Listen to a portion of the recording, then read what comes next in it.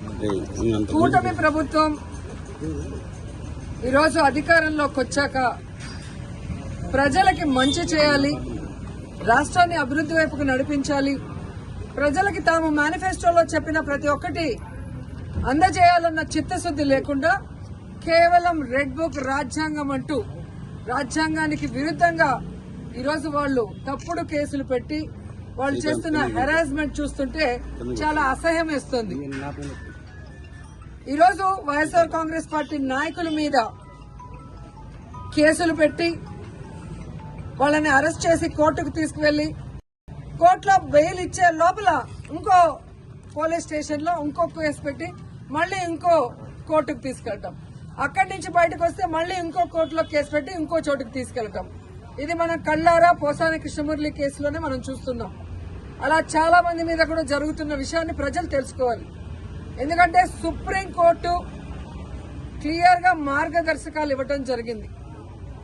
ఒక మనిషిని అరెస్ట్ చేశాక ఒకవేళ ఆ మనిషి మీద వేరే వేరే పోలీస్ స్టేషన్ లో కేసులుంటే వాటన్నిటికీ పీటీ వారెంట్ ఇచ్చి ఒకే చోట విచారణ చేయాలని స్పష్టంగా ఉన్న వాంటెడ్ గా ఈరోజు జిల్లాలకి పోసాన కృష్ణమురళి గారిని వెహికల్లో తీసుకెళ్లి ఎలా హ్యూమిలేట్ చేస్తున్నారు, ఆయన ఆరోగ్య పరిస్థితి బాగా లేకపోయినా ఆయన్ని ఏ విధంగా టార్చర్ పెడుతున్నారో మనం కళ్ళారా చూస్తున్నాం. అంటే సుప్రీంకోర్టు ఇచ్చిన మార్గదర్శకాలకు కూడా తిలోదకాలు ఇచ్చి ఈరోజు అధికార పార్టీ వాళ్ళు చెప్పినట్టుగా అధికారులు నడుచుకోవడం చాలా దురదృష్టకరం. ఈరోజు వాళ్ళకి నేను సూటిగా చెప్తున్నాను, అధికారులకి అధికార పార్టీ చెప్పిందని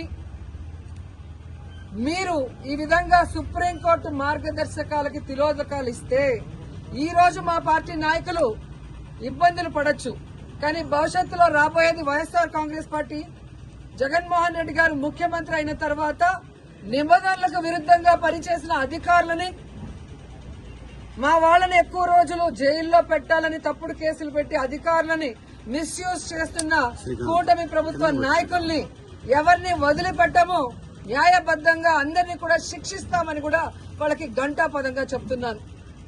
ముఖ్యంగా అధికారులు తెలుసుకోవాల్సిన విషయం, 9 నెలల్లోనే ఈ కూటమి ప్రభుత్వం చేతగాని ప్రభుత్వం, చెత్త ప్రభుత్వం, ప్రజల్ని ముంచే ప్రభుత్వం అని తెలుసుకున్నారు. కాబట్టే ఈరోజు ఉత్తరాంధ్రలో ఉపాధ్యాయులు ఏ విధంగా తెలుగుదేశం పార్టీ సపోర్ట్ చేసిన కూటమి ప్రభుత్వం సపోర్ట్ చేసిన వ్యక్తిని ఎలా ఓడించారో అర్థమైతే రాబోయే జమిలీ ఎన్నికలైనా సాధారణ ఎన్నికలైనా అధికారంలోకి వచ్చేది వైఎస్ఆర్ కాంగ్రెస్ పార్టీ అనేది తెలుసుకోండి. ఇకనైనా అధికారులు మీరు ఏదైతే న్యాయబద్దంగా చేయాలో అలా చేయాలి, అంతేగాని మీరు మితిమీరిన ఉత్సాహంతో చేస్తే మాత్రం చాలా బాధపడే రోజులు వస్తాయని కూడా తెలియజేసుకుంటున్నాను. అండ్ ఈరోజు ప్రెస్ ద్వారా ఈ రాష్ట్ర ప్రజలకి చెప్పాలనుకుంటున్నాను, అలాగే కూటమి ప్రభుత్వానికి కూడా చెప్పాలనుకుంటున్నా. కూటమి ప్రభుత్వం అధికారంలోకి వచ్చిన తర్వాత తప్పుడు కేసులతో హెరాస్మెంట్ చేయడమే కాకుండా ఈరోజు రాష్ట్రంలో మద్యం బెల్ట్ షాపులు ఏ విధంగా వీధికి పెట్టి విచ్చలవిడిగా మద్యాన్ని అమ్ముతూ ఈరోజు ఆడపిల్లల మీద అఘాయిత్యాలు పెరిగే విధంగా చేస్తున్నారో మీరందరూ కూడా కళ్ళారా గమనించండి. అలాగే ఈరోజు ఈ కూటమి ప్రభుత్వం అధికారంలోకి వచ్చిన తర్వాత ఈ ఆంధ్రప్రదేశ్ రాష్ట్రం గంజాయికి ఎలా అడ్డాగా మారిందో మీ అందరూ కూడా కళ్ళారా చూస్తున్నారు. ఈరోజు డ్రగ్స్ కూడా చంద్రబాబు నాయుడు నివాసం ఉంటున్న గుంటూరులో డ్రగ్స్ విచ్చలవిడిగా దొరుకుతున్నాయని అన్ని పేపర్లో మీరు చూస్తున్నారు. అంటే ఈ ప్రభుత్వం, ఈ ముఖ్యమంత్రి సిగ్గుపడాలని కూడా ఈ సందర్భంగా తెలియజేసుకుంటున్నాను. ముఖ్యంగా పుత్తూరులో ఎడ్యుకేషనల్ హబ్, ప్రైవేటు ప్రభుత్వ ఇంజనీరింగ్ కళాశాలలు, డిగ్రీ కళాశాలలు, అలాగే మెడికల్ కళాశాల, ఆయుర్వేదిక్ కళాశాల, ఇలా ఎన్నో కాలేజీలు పుత్తూరులో ఉంటే ఈరోజు గంజాయికి అడ్డాగా మారింది. గతంలో కూడా తెలుగు యువత హరి అనే అబ్బాయి ఈ విధంగా విచ్చలవిడిగా గంజాయి అమ్ముతూ దొరికిన దాఖలాలు పుత్తూరులో మీకు కనిపించాయి. అదే వ్యక్తి వైజాగ్ లో దొరికాడు 28 కిలోలతో, అది కూడా మీరు గమనించారు. ఆ రోజుల్లో మేము పోలీసు వాళ్ళని ఇలాంటివి జరగకుండా తప్పు పనులు చేసే వాళ్ళని తరిమి కొట్టాం. కానీ ఈ రోజు ఎమ్మెల్యేనని చెప్పుకునే వ్యక్తి ఆడికి అమావాస్యకి ఒక రోజు కాన్స్టిట్యున్సీకి వస్తున్నాడే తప్ప గంజాయికి అడ్డాగా మారిన పుత్తూరు రోజు ఆయన నాయకులు నమ్మకంతో తల్లిదండ్రులు తమ పిల్లల్ని పుత్తూరు నగరి కాలేజీలకు పంపిస్తే వాళ్ళు అక్కడ హాస్టల్లో ఉండి చదువుకుంటున్న వాళ్ళకి గంజాయి డ్రగ్స్ అందుబాటులో తీసుకొచ్చి ఆ పిల్లల జీవితాలు నాశనం చేస్తుంటే ఆ ఎమ్మెల్యే పట్టించుకోవట్లేదు, అధికారులు పట్టించుకోకపోవడం దురదృష్టకరం.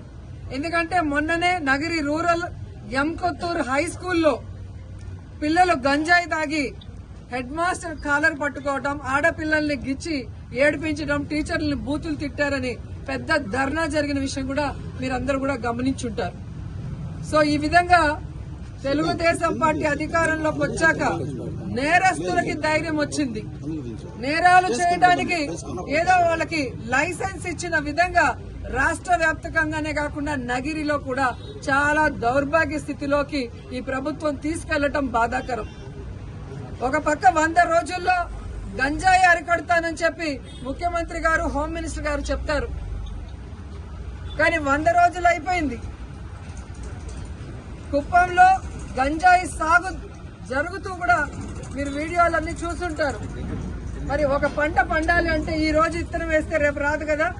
మరి అంత సాగు జరుగుతూ ఉంటే ముఖ్యమంత్రి సొంత కాన్స్టిట్యున్సీలో చంద్రబాబు నాయుడు గారు నిద్రపోతున్నారు.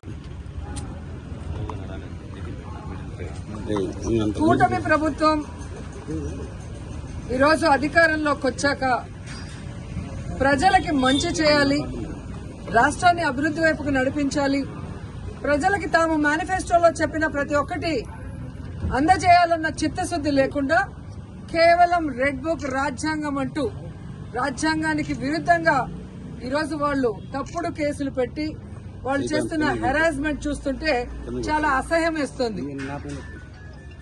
ఈరోజు వైఎస్ఆర్ కాంగ్రెస్ పార్టీ నాయకుల మీద కేసులు పెట్టి వాళ్ళని అరెస్ట్ చేసి కోర్టుకు తీసుకువెళ్లి కోర్టులో బెయిల్ ఇచ్చే లోపల ఇంకో పోలీస్ స్టేషన్ లో ఇంకో కేసు పెట్టి మళ్లీ ఇంకో కోర్టుకు తీసుకెళ్తాం. అక్కడి నుంచి బయటకు వస్తే మళ్లీ ఇంకో కోర్టులో కేసు పెట్టి ఇంకో చోటుకు తీసుకెళ్తాం. ఇది మనం కళ్ళారా పోసాని కృష్ణమురళి కేసులోనే మనం చూస్తున్నాం. అలా చాలా మంది మీద కూడా జరుగుతున్న విషయాన్ని ప్రజలు తెలుసుకోవాలి. ఎందుకంటే సుప్రీంకోర్టు క్లియర్ గా మార్గదర్శకాలు ఇవ్వడం జరిగింది.